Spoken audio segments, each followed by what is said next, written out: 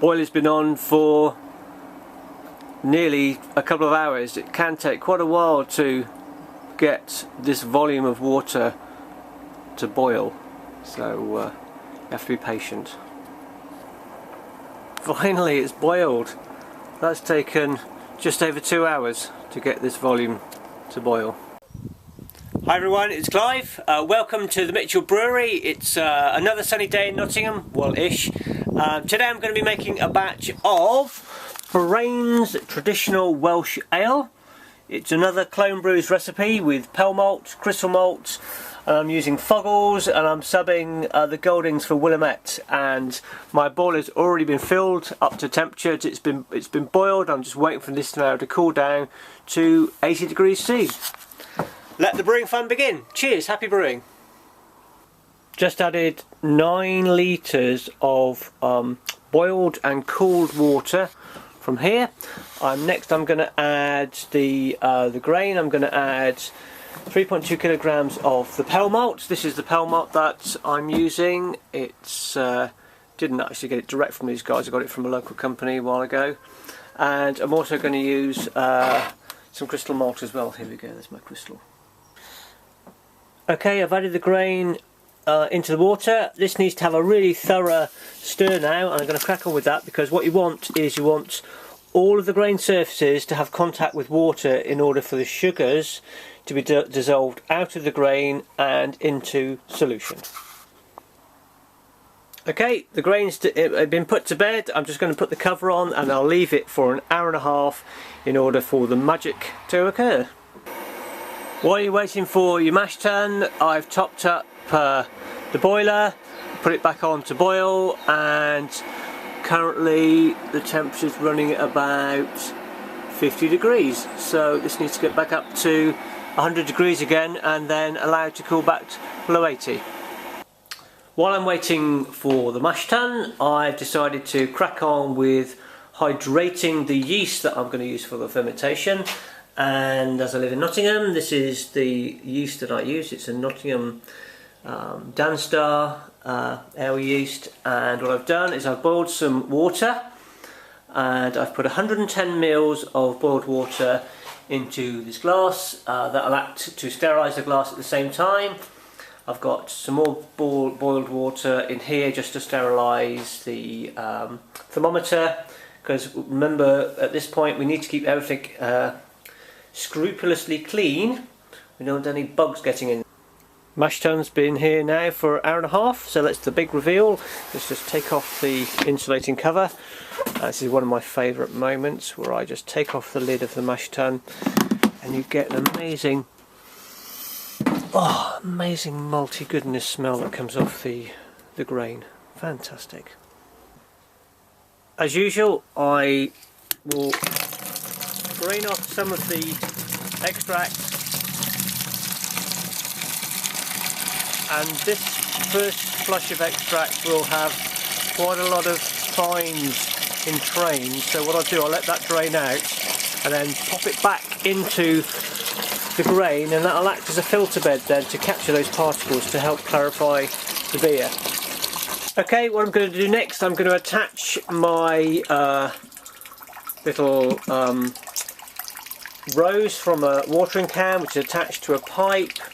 That's going to go on the end of the tap here, and all of this water is then going to sprinkle or sparge through the grain, and we'll get lovely sugary extract from here into this container. Now at this stage, this is called the sweet wort. This is before it goes back in the boiler with the hops, where it becomes known as bitter wort.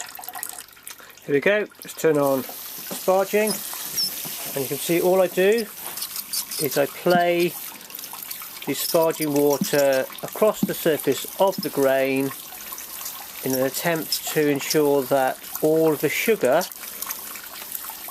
is washed out and into solution. So this will take a little while to drain all of this through the pipe and then through the mash tun into the container. Sparging completed. I've got somewhere in the region of about, I don't know, 27-30 litres of sweet wort, which will go back into the boiler.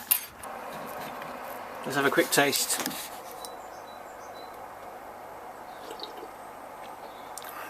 Yep, definitely sweet. Okay, now for the next stage of the yeast hydration, I'm going to add the Nottingham yeast to this cooled and boiled water. And I'll leave that now for 15 minutes, give it a stir, and then let it to hydrate.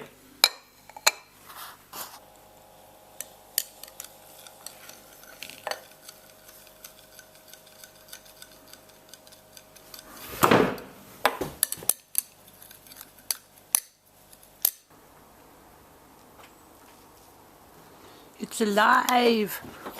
Better give it a stir, because it looks like it's going to overflow otherwise.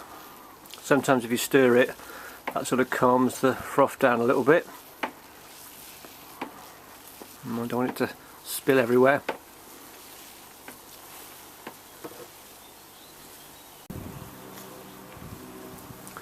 It's a lively one today. It smells like a proper brewery in here at the moment. It's very malty. It's time to start adding the hops. Here we go. This is the Fuggles. This is the first addition of hops into the beer. This will convert the sweet wort into bitter wort, and we'll have an hour and a half of boiling these hops, and yes, all going well. Let's see how the yeast is getting on. Well, there we go, that's nicely hydrated and ready to be added to the beer later. Hot boil, one of my favourite parts of the brewing process.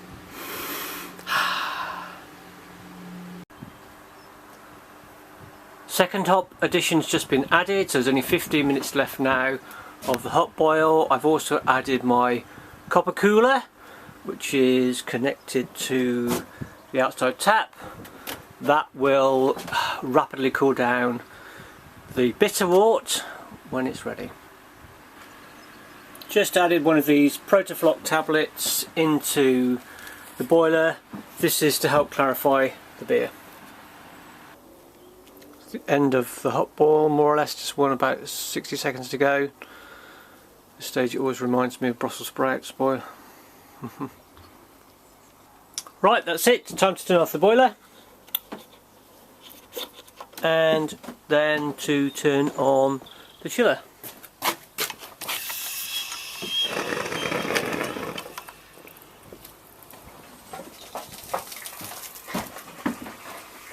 Look at here, you can see the water coming out. This is actually pretty warm, this pipe. It's doing its job, heat exchanging. The chiller has done its job. This has taken about 20 minutes to cool down from 100 degrees C to less than 30, which is pretty miraculous. So this is a copper chiller. I'm just going to dump it in here. I can sort it out in a bit. It needs a good old clean. Here we have the primary fermentation bin all ready to receive the bitter wort. I'm just going to turn on the tap just to drain it in. And that's all going to be decanted into here. We started with approximately 30 litres of sweet wort, and we've ended up with about 24 litres of the bitter wort. So we've roughly lost about 6 litres during evaporation during the hot boil. This is what I'm left with at the end. I've got a whole lot of the spent hops. I've also got a whole lot of spent grain as well. And what I normally do is let them drain and then they go in the bin. Unfortunately, there's no other application I found for these things. Okay, I've brought the primary fermentation bin with the bitter wort into the house, and it's got the airlock firmly in place, and I've got the yeast to add, and that will be the final stage for today. Well, it's more than a week later. It's about 10 days later. I went away for the weekend and it's about Wednesday of the following week, so a little bit later than I normally would, but the beer is ready to transfer from the primary fermentation bin into the pressure barrel. I've sterilised my siphon, I've got my sugar ready, I've just added some finings to the barrel. I've also got 29 bottles, in fact, well, there's the 30th one. I had to drink a couple of beers just to make sure I had enough bottles for this batch, so let the fun begin. Okay, this is the start of the siphoning process. You can see the siphon just about in the bottom of the primary fermentation bin. I've just added 71 grams of the priming sugar to the pressure barrel, so this will be nicely mixing up now with the beer that's going into it. And what I normally do is I fill up this pressure barrel, then I transfer into these bottles, and what I've done with these bottles, I've added about a tip of a teaspoon of sugar to each one to give it a little bit of an extra kick. Here we go, I've got pretty much a full barrel here. It's a bit belt braces. I've already sterilised this jug, but I like the idea that if you pour a bit of beer in, the only thing that this container is going to be contaminated with is the beer itself. So just a little slish it around a bit and just chuck it in the sink.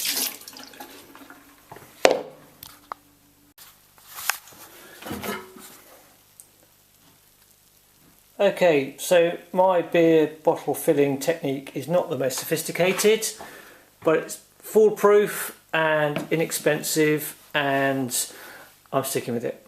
I just use this to fill the bottles up. Okay, that's all 30 bottles bottled up. Cheers guys, till next time, happy brewing.